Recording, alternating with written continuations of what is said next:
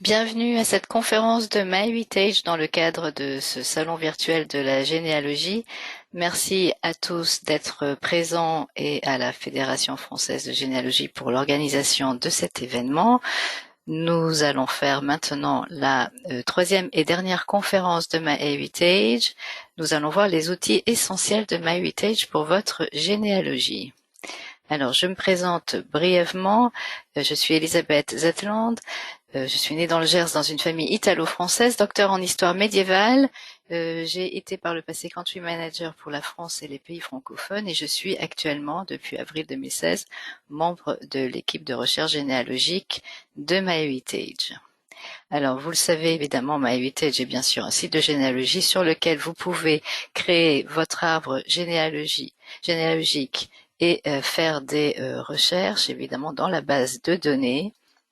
Et vous le savez aussi, voici à quoi ressemble l'arbre généalogique sur MyHeritage. Nous l'avons vu dans les deux précédentes conférences et nous allons passer tout de suite dans le vif du sujet en allant sur l'onglet Accueil dans le menu déroulant où nous allons voir les statistiques familiales. Alors ces statistiques familiales sont très intéressantes parce qu'elles vous donnent un angle différent de votre généalogie en vous montrant des statistiques, par exemple, des personnes les plus âgées ou qui se sont mariées les plus jeunes.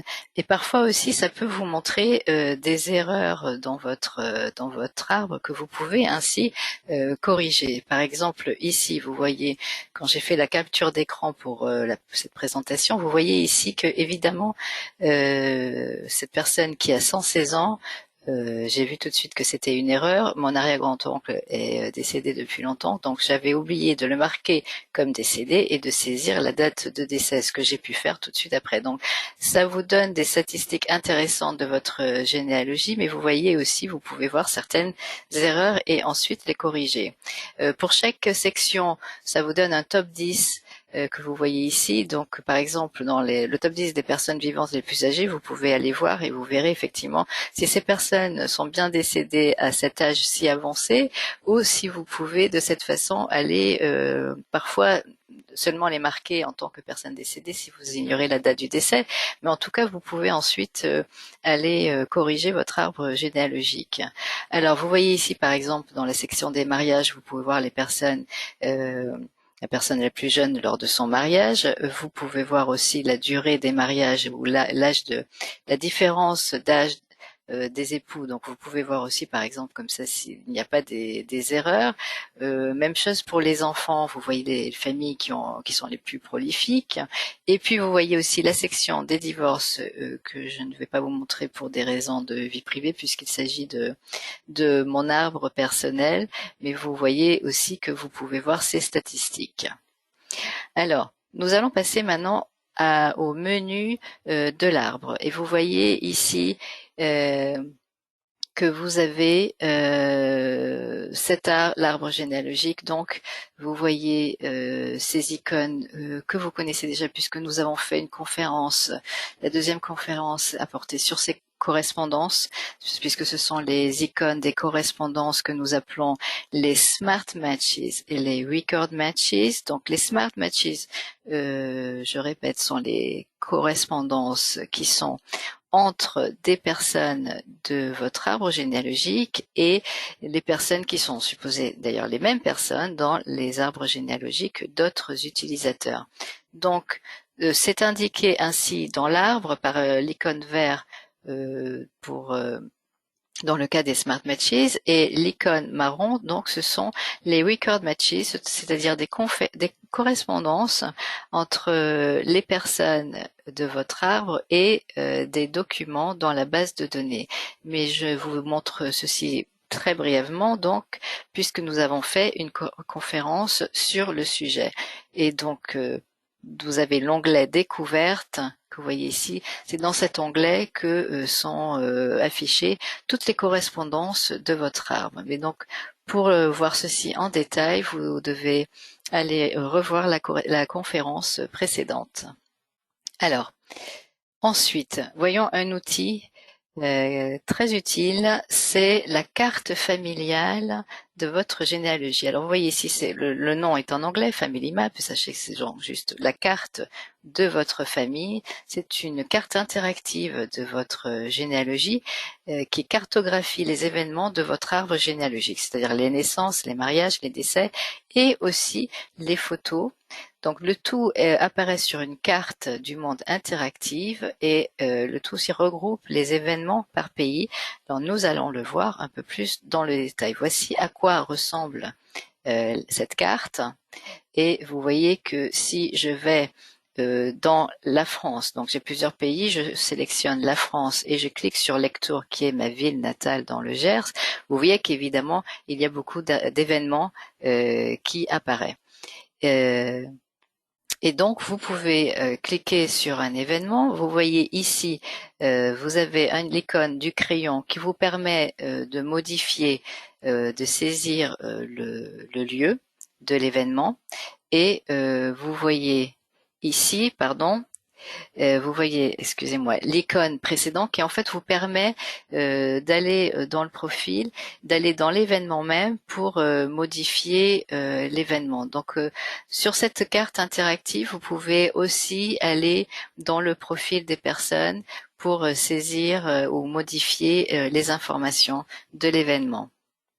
Vous voyez ici par exemple, si je choisis donc l'événement de mon arrière-arrière-grand-père, donc si vous cliquez sur la coche du bas, ça va ouvrir ce petit menu où vous pouvez de là voir le profil de cette personne, aller dans l'arbre pour la voir dans l'arbre, afficher le lieu de parenté, c'est quelque chose que nous allons voir plus en avant dans la conférence, ou voir donc les événements de cette personne sur la carte que nous sommes en train de regarder. Alors en revanche, pour les photos, vous voyez ici aussi l'icône du crayon. Alors l'icône du crayon, comme tout à l'heure, vous permet de saisir ou de modifier le lieu de l'événement. Là, dans le cas d'une photo, donc où la photo a été prise. Et puis vous voyez en revanche au-dessus l'icône de photos, c'est-à-dire que là vous allez pouvoir être redirigé dans la section des photos, voir la photo en grand et pouvoir modifier aussi ainsi les informations de cette photo. Alors, dans la carte même, vous avez plusieurs filtres. Moi, je n'ai qu'un arbre généalogique dans mon site familial, mais si vous en avez plusieurs, ça c'est juste pour vous montrer, c'est ici que ça va apparaître et que vous allez pouvoir basculer d'un arbre à l'autre. Bien sûr, dans le champ de saisie, si vous commencez à taper un nom, ça va vous donner une liste de suggestions et donc vous allez pouvoir repérer plus vite la personne que vous êtes en train de chercher. De même, si vous avez donc, après avoir saisi une personne, vous pouvez filtrer si vous voulez voir la famille élargie de cette personne, donc ça va vous donner sur 10 niveaux de génération. Mais vous pouvez aussi choisir si vous voulez voir que la famille immédiate, c'est-à-dire vous pouvez voir dans ce cas-là les enfants et les parents de cette personne, ou ses ancêtres, ou ses descendants, ça c'est très clair, ou seulement cette personne, c'est-à-dire que vous ne verrez que les événements qui concernent directement cette personne sur la carte interactive. Vous pouvez aussi ici trier par contre, alors ça veut dire selon le nombre décroissant des événements selon les pays, trier par nom aussi, par pays vous le voyez. Donc moi par exemple j'ai dans ma généalogie plusieurs pays, c'est souvent le cas. Donc vous pouvez ici jouer avec le filtre des pays et des villes. Et puis aussi évidemment en haut vous pouvez choisir de faire apparaître un tel nombre de générations ou par exemple de choisir d'afficher que les naissances ou les décès ou tout par exemple. Et puis vous voyez sur la droite en fait vous pouvez aussi, c'est vous qui définissez en fait le laps de temps. Donc par exemple ici vous voyez 1747-2019, donc c'est moi qui l'ai fait. Donc c'est vous qui choisissez le laps de temps que vous voyez affiché dans la carte. Et puis, il y a quelque chose de très pratique dans cette carte qui, un peu comme les statistiques familiales, vous permet de pouvoir corriger des erreurs ou préciser en fait des informations de votre arbre. Là, par exemple, quand si vous avez des personnes dans votre arbre qui viennent de pays tels que la Pologne ou l'Ukraine ou la Russie comme moi, parfois on n'écrit pas forcément euh, la, le nom de la ville comme le système peut le reconnaître de la façon dont c'est géocodé. Donc là, par exemple, j'avais écrit que Bialystok, évidemment, ce n'est pas assez précis. Donc vous voyez qu'en fait, les points rouges vous précisent qu'il faut revenir en fait sur l'information pour la modifier ou pour la préciser. Là, dès que vous commencez en fait à aller dans le champ du nom, vous voyez que vous avez une liste qui vous suggère des noms de villes et vous pouvez choisir en fait quelle est celle juste. De la même façon, vous verrez aussi dans la liste des villes selon les pays, vous verrez aussi ce triangle qui vous indique aussi le fait que vous devez aller revoir ce lieu, cette information pour la préciser. Parce qu'évidemment, dans ce cas-là, Milan, ça n'est pas assez correct, ça n'est pas assez précis. Donc, vous voyez qu'il y a plusieurs Milan en Italie. Donc, j'avais pu ainsi préciser dans l'arbre généalogique quelle est la bonne ville. Dès l'instant où vous précisez l'information dans la carte, c'est automatiquement reproduit dans le profil concerné, donc dans l'arbre. Donc c'est fait une fois, vous n'avez pas besoin de revenir dans l'arbre pour modifier aussi la même information. Et puis, la carte vous montre aussi ce qu'on appelle la carte de température. Donc, c'est ce que vous voyez, c'est les points chauds de votre généalogie, là où vous avez le plus de personnes. Donc, moi, dans mon cas, c'est pour moi la France et l'Italie, et puis les États-Unis et l'Ukraine, en fait, concernent mon mari. Mais donc, vous voyez, en fait, ici, d'un côté, avec la liste de tous les pays et la carte avec les points chauds de votre généalogie où se trouve en fait votre généalogie. Et puis si vous jouez aussi avec les filtres que je vous ai montré tout à l'heure des années, du laps de temps, vous pouvez aussi vous pouvez jouer aussi avec les migrations et voir apparaître le mouvement des migrations. Donc je vous invite à aller voir et utiliser cet outil. Ensuite, prochain outil, pour imprimer les graphiques et le livre familial. Alors, ceci est très utile évidemment si vous avez une cousinade. Alors, c'est vrai qu'en ce moment, en cette période du Covid-19, c'est moins probable, mais vous avez peut-être quand même des réunions familiales et ça peut être très utile de pouvoir imprimer des graphiques.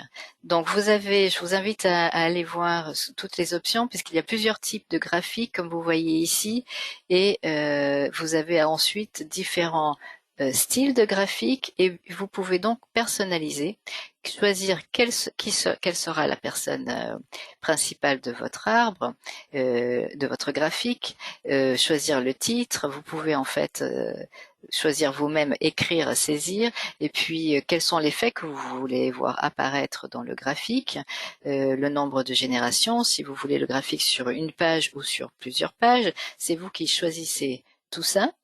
Et puis donc vous avez plusieurs types. Vous avez le nœud papillon, la famille proche, les ancêtres, les descendants, le sablier, le graphique solaire qui est mon préféré d'ailleurs, l'arbre circulaire, le tout en un donc qui montre, comme le nom l'indique, toutes les personnes de votre arbre, et puis le livre familial qui, je dois dire, peut être très utile pour une réunion familiale ou si vous rencontrez quelqu'un pour l'interroger, pour en savoir plus sur votre histoire familiale, parce que ça vous permet en fait de d'amener ce livre familial et de pouvoir, ce que moi ça m'arrive de le faire, de l'amener et de le montrer. C'est une vue très pratique de votre généalogie et en montrant certains faits à certaines personnes, vous pouvez avoir confirmation des faits, vous pouvez, moi je n'hésite pas à noter dessus, vous pouvez écrire, raturer et corriger des choses après que vous pourrez reporter dans votre arbre généalogique. Donc c'est une façon aussi de travailler avec. Évidemment, vous pouvez aussi le personnaliser. Vous pouvez décider quelle est la personne principale de ce livre et quel est le contenu exact du livre. Et puis, en cliquant sur créer un livre, vous allez recevoir ensuite le lien pour le télécharger. Et donc, vous aurez une version PDF de votre livre que vous pouvez aussi évidemment ensuite, c'est ça l'avantage, vous pouvez l'imprimer. Euh, Si vous cliquez d'ailleurs sur un des liens de cet email, vous voyez ici une liste des graphiques et des livres que vous avez déjà créés disponibles ici. Ça vous amène dans cette partie de votre site familial où vous pouvez voir le PDF du graphique, vous pouvez le supprimer, vous pouvez aussi le commander. Vous pouvez commander, alors vous pouvez évidemment le télécharger chez vous et l'amener chez un professionnel, le porter chez un professionnel pour l'imprimer. Vous pouvez aussi faire ceci avec nous et nous demander à l'imprimer nous-mêmes et à vous l'envoyer. Et puis vous voyez aussi dans cette section que vous pouvez aussi de cette page créer un nouveau graphique. Alors, je fais un retour en arrière pour vous montrer le graphique solaire qui est mon préféré et qui est très esthétique, qui ressort très bien dans certains cas. Moi, j'ai eu un cas récent d'une cousinade dans la famille de ma belle-mère. Où il se trouve qu'elle a, vous voyez tous les filtres là, pendant que je parle, euh, la mère de ma belle-mère était elle avait 6 frères et sœurs, donc il y avait une cousinade de cette famille et donc j'ai pu en fait créer l'arbre généalogique complet de tous les descendants, donc des grands-parents de ma belle-mère, et donc ça a donné un très bel graphique solaire que vous voyez ici, puisque quand c'est vraiment tout est rempli, que ça fait vraiment un soleil autour du couple d'ancêtres communs, ça ressort très bien. Donc pour une cousinade, c'est vraiment un succès garanti. Vous voyez, par exemple, la seule personne qui n'a pas de photo, c'est parce que c'est un bébé qui est mort à l'âge de 2 jours. Mais sinon, vous voyez, ça ressort très bien. C'est très pratique. Plus pratique, je dois dire, même si c'est bien sûr complémentaire, d'un arbre généalogique qui s'étend sur des mètres et des mètres. Ça, c'est très pratique. Donc, je vous conseille d'essayer et de voir comment ça ressort pour certaines branches de votre famille. Alors, on va passer à un autre outil qui est vraiment essentiel, c'est le vérificateur de cohérence. Et je vous invite à y aller sans tarder. Le vérificateur de cohérence est censé vous montrer vous indiquer des incohérences possibles. Attention, ça ne veut pas dire que c'est vraiment une erreur. C'est vous qui devez voir s'il s'agit bien d'une erreur ou pas. Donc, vous voyez ici le filtre. Donc, vous pouvez paramétrer. Vous allez voir, il y a trois genres, trois types d'incohérences qui vous sont indiqués, signalés. Vous avez les erreurs, les avertissements et les avis. Alors, les avis qui sont ici. Voilà. Alors je vais revenir en arrière. Vous voyez que vous pouvez décocher les cases et que quand il y a un âge, vous pouvez en fait vous-même changer l'âge. Donc c'est-à-dire que vous pouvez vraiment contrôler ce vérificateur selon vos besoins pour votre généalogie. Donc, avant de l'utiliser, je vous conseille de voir les paramètres pour voir si vous voulez changer ces réglages. Donc, vous voyez donc les erreurs, les avertissements et les avis. Donc, ça veut dire que on ne parle pas forcément d'erreur. Par exemple, ici, le cas des époux du même sexe. Vous avez peut-être un couple du même sexe dans votre généalogie, donc vous allez peut-être choisir de décocher cette case pour ne pas recevoir d'avis sur cette incohérence qui en fait n'est pas une incohérence dans votre âme, c'est tout à fait juste. Donc dans ce cas-là, vous n'avez peut-être pas, vous ne voulez pas recevoir ce genre d'avis, mais évidemment ce que vous voyez en haut, la date de décès qui ressemble à la cause du décès, en fait, ça signale en fait une erreur que la saisie a été faite dans la mauvaise case du profil. Donc c'est comme ça vous pouvez le modifier. Évidemment, la correction peut être faite directement dans le vérificateur et ça se répercute dans le profil des personnes concernées. Donc par exemple ici, vous voyez quand vous générez, vous lancez le vérificateur, après vous allez voir, en gros, ça prend quelques secondes à quelques minutes, ça dépend. Ça dépend le nombre de personnes que vous avez dans votre arbre généalogique et ça dépend le nombre de problèmes de cohérence qui vont être repérés. Vous voyez par exemple ici, fait survenu avant la naissance. Là, ça m'a montré clairement que j'avais oublié de taper un chiffre quand j'avais saisi la date de naissance, de mariage de cette personne. Donc, vous voyez ici 5 décembre 185, c'était en fait l'erreur, la date correcte était en 1865. Donc, j'ai pu corriger tout de suite depuis le vérificateur et automatiquement ça a répercuté aussi bien sûr la correction pour dans le profil de son épouse. Donc c'est très pratique pour ce genre de choses. Donc quand vous le faites, ça vous renvoie dans votre profil, dans le profil de ces personnes. Évidemment, ça peut être aussi très utile pour les frères et sœurs d'âge proche, parce que parfois c'est juste parce que on a mis environ. Parfois parce que vraiment il y a une erreur, donc vous le voyez directement dans le vérificateur. Moi j'ai eu le cas souvent de frères et sœurs qui ont le même prénom parce que dans ma famille autrefois ils avaient tendance à appeler des enfants le premier prénom étant le même prénom, c'était le prénom usuel d'usage qui était le second prénom. Donc c'est repéré par le vérificateur comme un problème de cohérence, même si dans ce cas-là c'est juste. Donc, quand on ne veut pas revoir un problème de cohérence signalé plusieurs fois parce qu'on sait qu'en fait il n'y a pas de problème, il y a une façon d'ignorer la vérification complètement ou d'ignorer le problème spécifique pour ne plus le voir apparaître. Donc, si par exemple vous ne voulez plus voir la vérification des frères et sœurs qui ont le même prénom, vous voyez ici, vous devez cliquer sur cette croix et vous n'aurez plus ce genre de vérification dans le vérificateur. Donc le vérificateur ne vous signalera plus du tout des frères et sœurs qui ont le même prénom. En revanche, si vous décidez que vous voulez juste ignorer ce problème spécifique, dans ce cas-là des François Mascarade, dans ce cas-là vous cliquez juste dans la case de ce problème de cohérence. Voilà.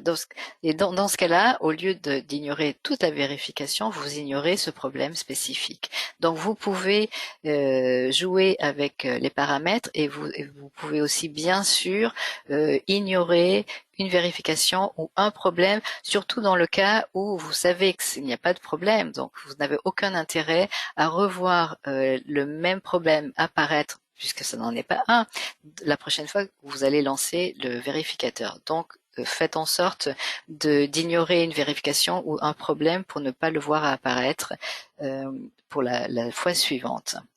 Alors, nous allons passer maintenant à un autre outil qui est le rapport de lien de parenté. C'est un petit outil qui peut être très utile si vous avez beaucoup de personnes dans votre arbre généalogique et parfois on aimerait bien savoir quel est le lien exact entre une personne et une autre personne et quand vous avez un très grand arbre, c'est pas forcément évident. Et puis cet outil vous montre aussi le chemin, le lien les personnes qui relient donc les deux personnes. Donc vous voyez ici, je vous montre un exemple. Dès que l'instant évidemment où vous rentrez, vous saisissez un nom, vous allez voir la suggestion de liste de noms. Vous cliquez sur celui qui vous intéresse et puis vous écrivez l'individu source, la personne avec laquelle vous voulez voir donc le lien de parenté et vous cliquez sur afficher lien de parenté et vous allez le voir apparaître ainsi. Alors là j'ai mis évidemment un petit lien de parenté pour que je puisse faire la capture d'écran et que ce soit assez visible donc lors de la conférence, mais évidemment ça peut être un rapport de lien de parenté beaucoup plus complexe et éloigné. Vous pourrez le voir aussi facilement dans votre site familial et vous voyez aussi dessous le détail ainsi par texte Donc ça peut être très très utile pour votre généalogie. Un autre outil que je trouve très utile, que je vous conseille de ne pas ignorer, c'est ce qu'on appelle le Search Connect. En fait, donc c'est la connexion de recherche, disons, pouvons-nous dire. Donc voilà, nous avons euh, la base de données. Dans cette base de données, il y a cet outil qui est disponible. Alors pourquoi c'est intéressant? C'est parce que par exemple, vous aujourd'hui, vous allez faire une recherche en cherchant une personne spécifique et vous n'allez peut-être pas avoir de résultat. Mais peut-être que dans 6 mois, une autre personne va faire la même recherche, va rechercher la même personne que vous allez chercher aujourd'hui. Et cette personne, dans 6 mois, va recevoir dans ses résultats euh, la notification comme résultat, le fait que vous-même, à telle date, vous avez cherché cette personne et va avoir la possibilité de vous contacter. Alors, ça peut être votre cas plutôt aujourd'hui. Si vous faites une recherche, vous allez donc comme pour toute recherche dans le formulaire de recherche, vous allez rentrer le nom et le prénom et des informations que vous connaissez sur cette personne. Alors, cette fonctionnalité, vous y avez accès de toute façon dès l'instant où vous faites une recherche normale dans la base de données, dans le formulaire, vous allez, s'il y a vraiment un résultat de Search Connect, vous allez le recevoir. Si en revanche vous voulez y aller directement, vous allez dans l'onglet recherche dans le catalogue des collections et vous cherchez Search Connect. Donc, quand vous donc remplissez, après avoir rempli donc le formulaire et que voici les résultats, dans ce cas-là, donc j'ai fait évidemment une recherche sachant que j'allais avoir le résultat puisque je sais que mon cousin éloigné Antonio avait fait les mêmes recherches, hein, puisque c'est par l'intermédiaire de MyHeritage que j'ai été mise en contact, que j'ai rencontré ce cousin éloigné qui travaille énormément sur le côté maternel de le côté paternel de ma généalogie italienne. Donc, vous voyez ici que vous pouvez contacter la personne et donc ça vous permet d'être en contact avec quelqu'un. Forcément, une personne qui cherche une personne que vous cherchez aussi peut avoir des informations que vous n'avez pas. Vous pouvez échanger des informations. Vous allez peut-être découvrir une photo que vous ne connaissiez pas. Donc c'est tout l'avantage de cette fonctionnalité, c'est d'être en contact avec les personnes qui font les mêmes recherches que vous. Donc gardez à l'esprit cette fonctionnalité qui est très très utile. Voilà. Et puis évidemment, euh, juste, je le signale en fin de cette conférence, la colorisation et des photos en noir et blanc de votre famille, qui est une fonctionnalité très utile. Ce n'est pas que ludique ou amusant de voir soudain vos ancêtres colorisés, mais parfois ce que j'ai remarqué, c'est un outil utile dans le sens où on remarque parfois en couleur des détails qu'on ne remarque pas quand c'est en noir et blanc.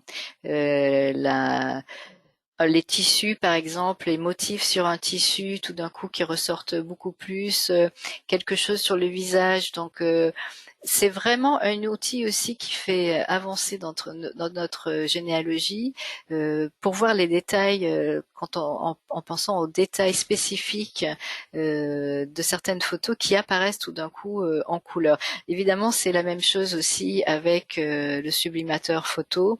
Donc, vous voyez évidemment tout d'un coup apparaître des visages qui étaient plutôt flous, vous les voyez tout d'un coup au point. Donc je vous signale aussi donc ces deux outils qui sont très utiles pour votre généalogie. Je pense que vous l'avez peut-être vu sur le stand, plus plus en détail puisque nous l'avons présenté. Voilà, donc c'est tout pour cette conférence. Je vous remercie. Je vous invite à venir nous voir sur le stand et nous pourrons répondre à toutes vos questions. Vous pouvez aussi, vous le voyez ici, aller sur la base de connaissances de MyHeritage, education.myheritage.fr, qui comporte énormément d'articles, de webinaires et de vidéos pratiques sur MyHeritage. Et puis évidemment, vous avez aussi le centre d'aide de MyHeritage. Mais évidemment, pour l'instant, vous pouvez encore profiter de notre présence sur le stand de MyHeritage. Donc, venez nous voir. Merci et bonne continuation.